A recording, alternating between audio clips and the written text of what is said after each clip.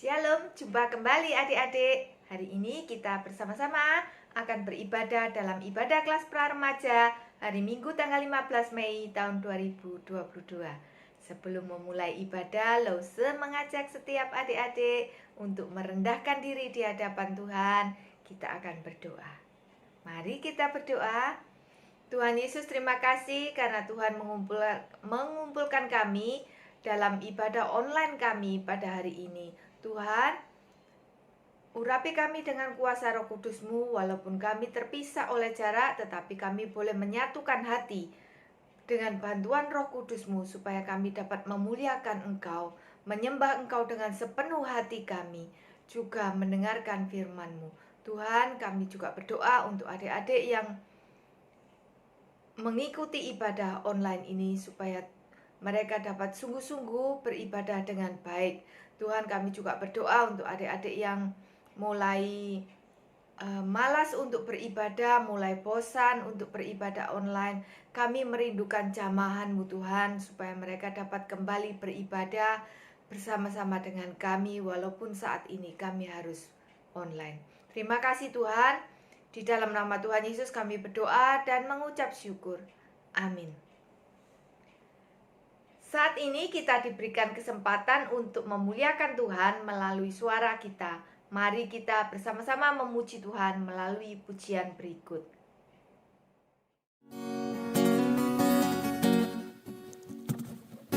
Kau hiasi kehidupanku dengan kemurahan-Mu.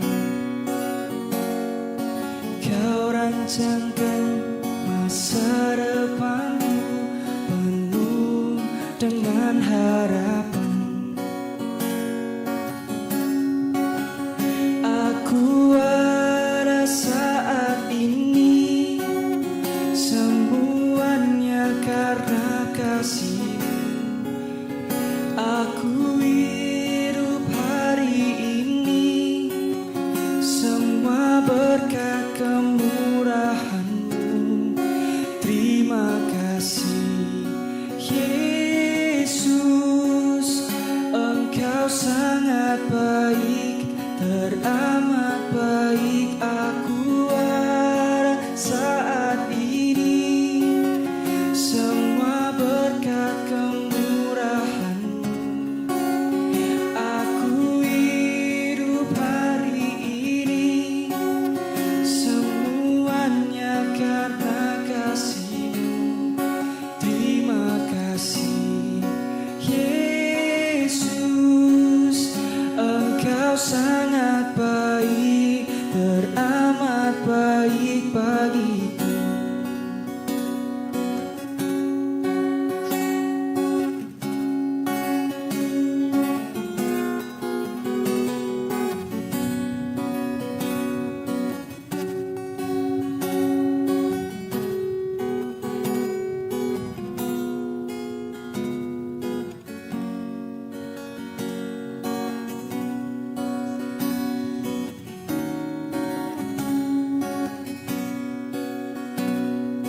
Kau hiasi kehidupanku dengan kemurahan-Mu. Kau rancangkan masa depanku penuh dengan harapan. Aku ada saat ini, semuanya karena kasih-Mu. Aku hidup hari ini, semua berkat kemurahan-Mu. Terima kasih Yesus, Engkau sangat baik, teramat baik. Aku ada saat ini, semua berkat kemurahan-Mu.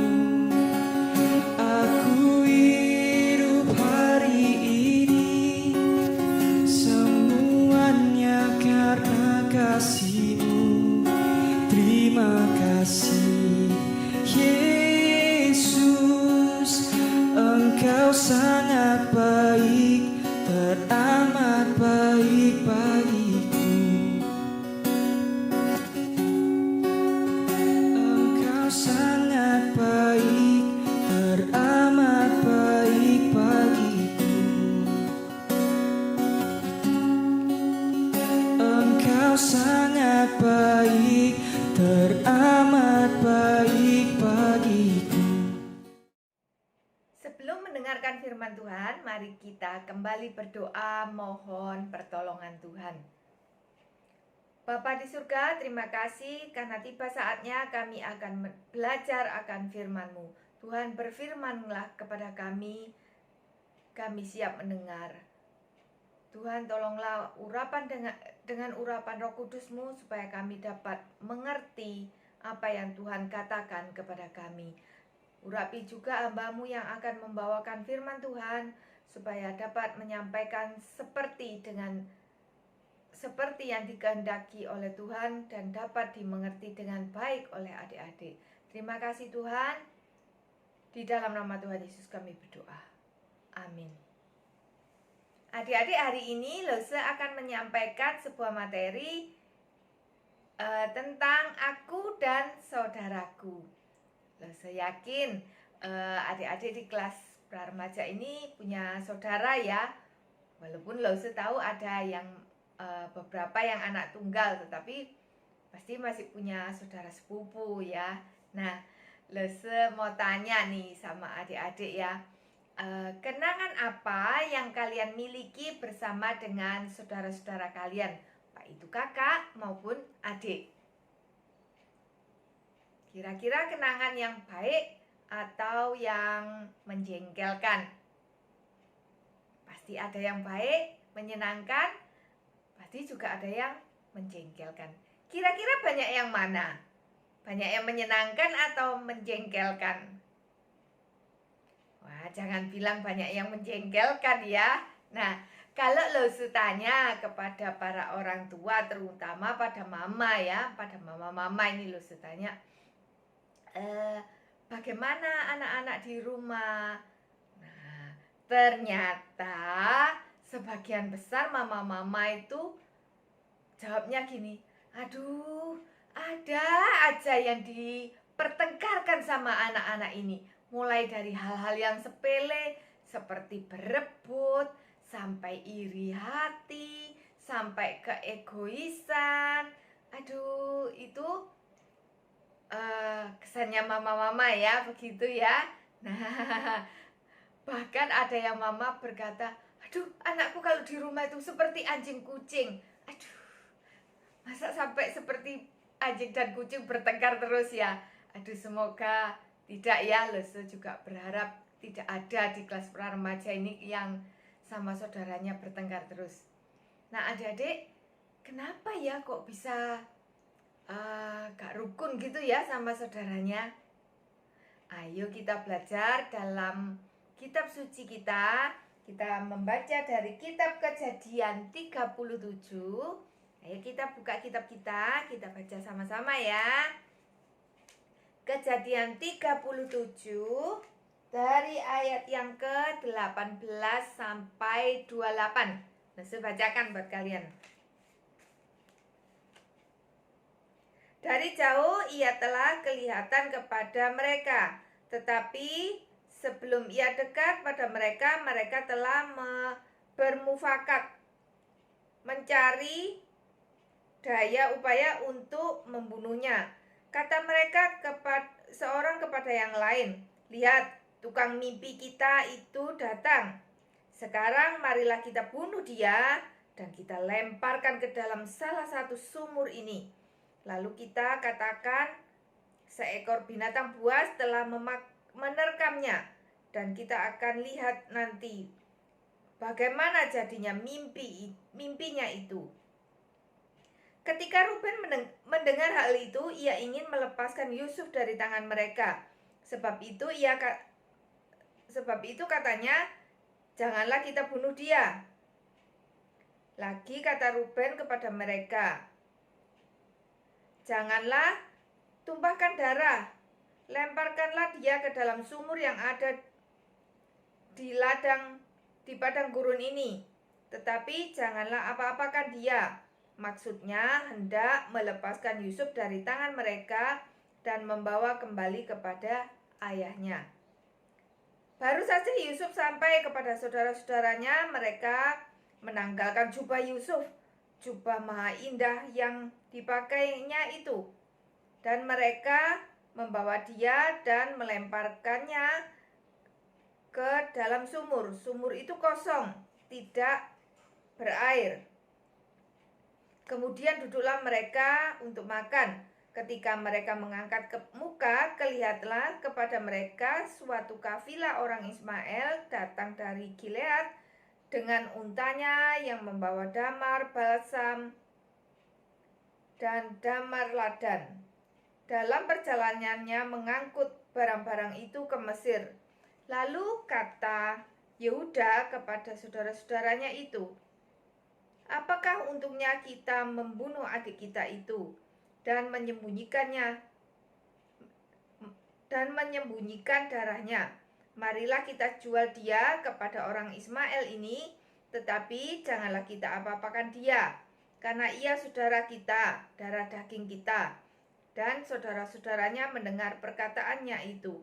Ketika ada saudagar-saudagar Midian lewat, Yusuf diangkat ke atas dari sumur itu, kemudian dijual kepada orang Ismail itu dengan harga 20 shikal perak. Lalu Yusuf dibawa mereka ke Mesir. Nah, dalam perikop ini diceritakan ketidakrukunan ya antara Yusuf dan saudara-saudaranya. Ya, kenapa kok tidak rukun? Karena ada rasa iri hati di antara saudara-saudaranya Yusuf. Mereka merasa, wah ini papanya ini tidak adil ya. Yusuf diberikan jubah maha indah, sedangkan mereka tidak. Mereka merasa bahwa ayahnya itu lebih menyayangi Yusuf daripada saudara-saudaranya yang lain. Nah, kita lanjutkan bacaan kita di Kejadian 43 ayat 27 sampai 34. Sesudah itu ia bertanya kepada mereka, apakah mereka selamat? Lagi katanya, apakah ayahmu yang tua yang kau sebutkan itu selamat? Masih hidupkah ia? Jawab mereka, hambamu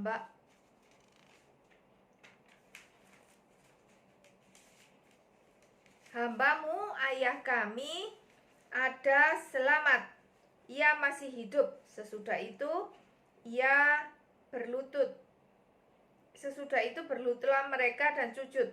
Ketika Yesus memandang kepada mereka, dilihatnya Benyamin adiknya yang seibu dengan dia. Lalu katanya, inikah adikmu yang bungsu itu yang telah kau sebut-sebut kepadaku? Lagi katanya, Allah kiranya memberi kasih karunia kepadamu, anakku. Lalu Yusuf segera pergi dari situ, sebab hatinya sangat terharu merindukan adiknya itu, dan dicarinyalah tempat untuk menangis. Ia masuk ke dalam kamar lalu menangis di situ. Sesudah itu dibasuhlah mukanya dan ia tampil keluar. Ia menahan hatinya dan berkata, hidangkanlah makanan. Lalu dihidangkan makanan bagi Yusuf sendiri, bagi saudara-saudaranya tersendiri, dan bagi orang-orang Mesir yang bersama-sama makan dengan mereka itu tersendiri. Sebab orang Mesir tidak boleh makan bersama-sama dengan orang Ibrani, karena hal itu sesuatu kekejian bagi orang Mesir. Saudara-saudaranya itu duduk di depan Yusuf, dari yang sulung sampai yang bungsu, sehingga mereka berpandang-pandangan dengan heran. Lalu disajikan kepada mereka hidangan dari meja Yusuf. Tetapi yang diterima Benyamin adalah 5 kali lebih banyak daripada setiap orang lain. Lalu minumlah mereka dan bersukaria bersama-sama dengan dia. Nah, di bagian yang kedua yang kita baca tampak perbedaan ya. Kalau yang pertama itu dipenuhi dengan rasa kebencian ya. Yang kita baca pertama ya, ada iri hati sehingga ada rasa ingin mencelakai saudaranya. Sedangkan pada perikop yang kemudian yang kita baca adalah keadaan di mana Yusuf sudah memaafkan saudara-saudaranya dan Yusuf menerima saudara-saudaranya. Di situ pun saudara-saudaranya juga sudah tidak membenci Yusuf lagi. Nah, adik-adik, dari perikop yang kita baca tadi menunjukkan bahwa sikap saudara harus terus ada sepanjang masa ya. Jadi baik pada saat muda, bahkan nanti pada saat kalian remaja, pemuda ya, bahkan sampai dewasa nanti, sikap persaudaraan itu harus tetap dijaga dengan baik. Seorang adik atau kakak tidak dapat hidup sendiri-sendiri. Mereka saling membutuhkan satu dengan yang lain. Ya, sebagai saudara sekandung, mereka sepantasnya tidak boleh menunjukkan sikap iri hati dan ingin mendapatkan bagian atau perhatian yang lebih dari orang tua. Nah, adik-adik, mungkin ada di antara kalian yang merasa nih, kenapa ya kok mamaku itu atau papaku itu lebih sayang kepada saudaraku. Nah, sebagai orang tua itu tidak akan membeda-bedakan kasih kepada anaknya, karena mereka semua adalah anak darah daging mereka. Yang terjadi adalah ketika ada di antara anak-anak itu mungkin ada yang tubuhnya lemah, jadi mungkin sering sakit gitu ya, atau mungkin ada yang lemah belajar ya, lambat belajar atau lemah dalam belajar, sehingga orang tua itu memberikan perhatian yang lebih kepada mereka supaya mereka menjadi lebih baik ya, tidak semakin sakit-sakitan, atau kalau lemah belajar mungkin lebih diperhatikan supaya pelajarannya tidak tertinggal. Ini bukan berarti orang tua itu pilih kasih ya kepada kalian. Nah, kalian harus berusaha memahami yang seperti ini ya. Nah, begitu juga dengan kebutuhan-kebutuhan. Mungkin ada kalian yang biasanya anak-anak itu ada masanya. Biasanya kalau anak cowok itu di masa SMP itu pertumbuhan badannya cepat ya, cepat tinggi, juga cepat gemuk ya. Nah, pada masa seperti ini maka orang tua jadi harus sering memberikan baju baru, sepatu baru ya.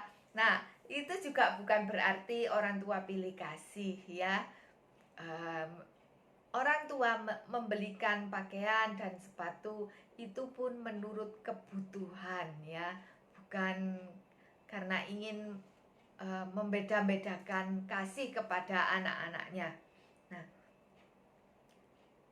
dalam hubungan persaudaraan diperlukan beberapa sikap supaya di dalam persaudaraan ini terjalin sesuatu hubungan yang baik, yang harmonis, sehingga kita dapat mengenang hal-hal yang baik di dalam hubungan persaudaraan. Salah satunya adalah sikap kerjasama dan saling mendukung. Contohnya begini. Nah, di dalam keluarga itu antara saudara itu harus memiliki sikap kerjasama. Contohnya begini, kita harus mengerjakan pekerjaan itu bekerja sama ya, bersama-sama. Jadi kalau misalnya yang satu ngepel, yang satu nyapu gitu ya. Nah, itu harus kerjasama sehingga tidak ada yang merasa kok aku kerjanya lebih banyak, yang satu tidak kerja apa-apa ya, sehingga tidak ada perasaan seperti itu. Juga tidak ada perasaan aduh aku ini apa anak tiri ya, kok disuruh-suruh terus. Nah begitu ya. Makanya di dalam keluarga, di dalam saudara, kakak dan adik harus ada kerjasama dan saling mendukung. Kalau misalnya salah seorang saudara kita mengalami kesusahan, maka kita pun harus mendukung mereka, memberikan semangat ya, supaya tidak terpuruk ya, supaya bisa bangkit kembali. Kalau misalnya adiknya susah belajar ya, pelajarannya dapat nilainya tidak bagus gitu, maka kita pun harus mendukung mereka, membantu mereka belajar ya. Kalau misalnya kakaknya tugasnya banyak, maka sebagai adik pun harus mendukung juga ya, membantu. Misalnya kalau kebetulan kakaknya tugasnya banyak, tugasnya kakak misalnya mengepel, mungkin adik bisa menggantikan kakak mengepel ya. Jadi harus bekerja sama dan saling mendukung. Hal yang lain yaitu harus ada sikap percaya, saling percaya di dalam persaudaraan. Sikap percaya ini sangat membantu kakak dan adik di dalam menghargai satu dengan yang lain. Contohnya, kalau kakak meminjamkan barang-barang kepada adik, maka berarti kakak itu percaya bahwa adiknya bisa menggunakan dan memelihara barang yang dipinjamkan oleh kakak.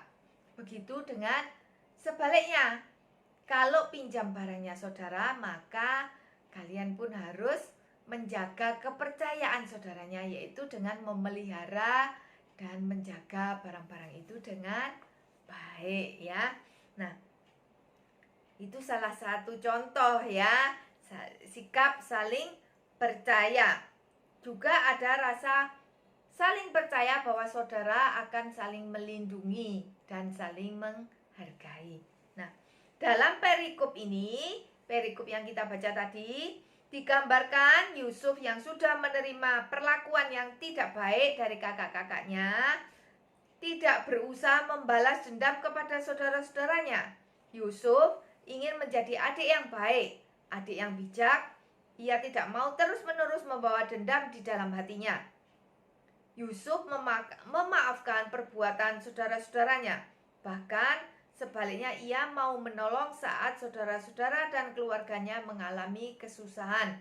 Kalau kalian ingat ya, ketika pada saat itu ada terjadi bencana kelaparan, sehingga mereka, saudara-saudaranya Yusuf harus pergi ke Mesir untuk membeli bahan makanan, di mana Yusuf dipercaya oleh Firaun untuk mengelola persediaan makanan yang ada di Mesir ya. Nah, Yusuf melakukan semua itu atas dasar kasih ya. Kasih yang selama ini selalu ia rasakan dari Tuhan saat mengalami berbagai masalah di negeri orang lain. Ia juga ingin membagikan kasih kepada saudara dan keluarga. Indah bukan? Ya. Nah, adik-adik, memang di dalam persaudaraan adalah sangat penting untuk kita memiliki kasih. Kita harus saling mengasihi dengan saudara-saudara kita. Persaudaraan akan dirasakan oleh kita semua, baik anak-anak kelas pra-remaja maupun keluarga, bila antara saudara kandung mau saling mengasihi dan menunjukkan kasih. Tidak perlu saling menunggu ya.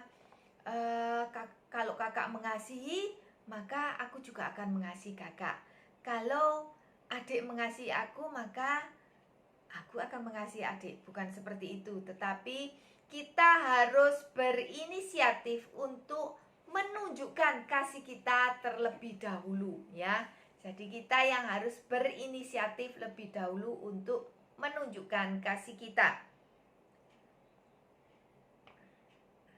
Jika setiap saat ada kasih di dalam keluarga, niscaya bahwa yang ada di dalam pengalaman kita adalah pengalaman yang baik saja, yang akan kita ingat dan kita kenang sampai kita tua terhadap saudara-saudara kita.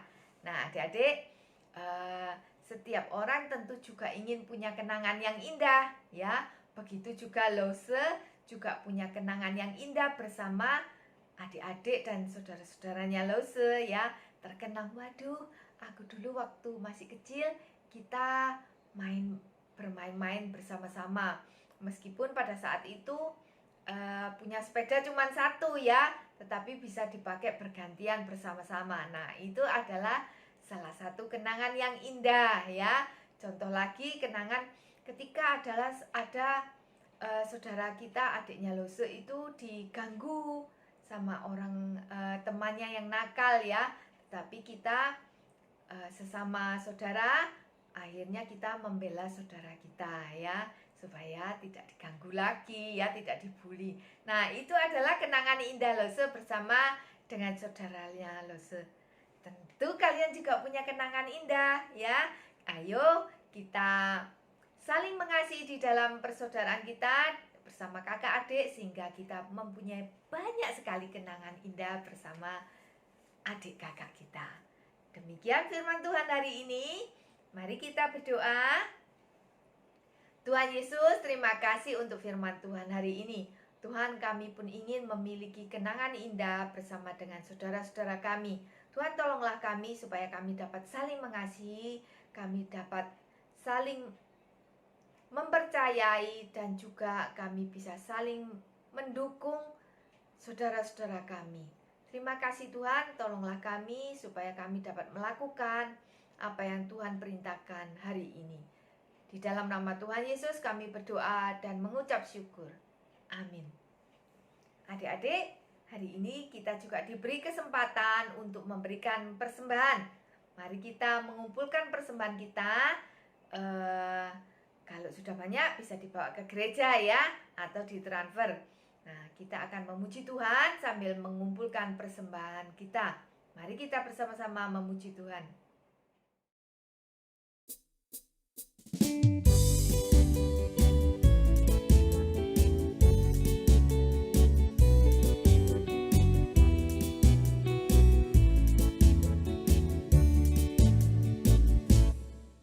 Ku cinta keluarga Tuhan, terjalin mesra sekali,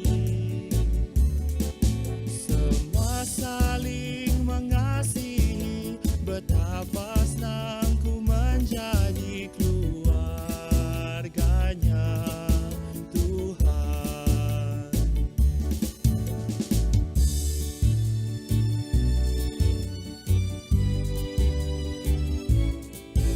Ku cinta keluarga Tuhan, terjalin mesra sekali, semua saling mengasihi, betapa senang ku menjadi keluarganya Tuhan. Ku cinta keluarga Tuhan, terjalin mesra sekali, semua saling mengasihi, betapa senang ku menjadi keluarganya Tuhan. Semua saling mengasihi, betapa senang ku menjadi keluarganya Tuhan.